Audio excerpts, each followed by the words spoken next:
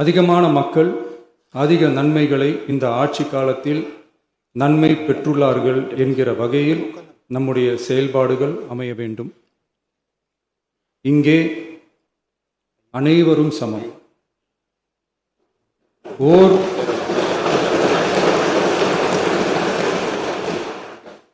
ஓர் உறுப்பினரை கொண்ட கட்சிகள் இங்கே இடம் பெற்றிருந்தாலும் அவர்களுடைய கருத்துகளுக்கும் அதிக எண்ணிக்கை பெற்ற தமிழக வெற்றி கழக உறுப்பினர்கள் தெரிவிக்கும் கருத்துகளுக்கும் சமமாகவே மதிப்பளிக்கப்பட்டு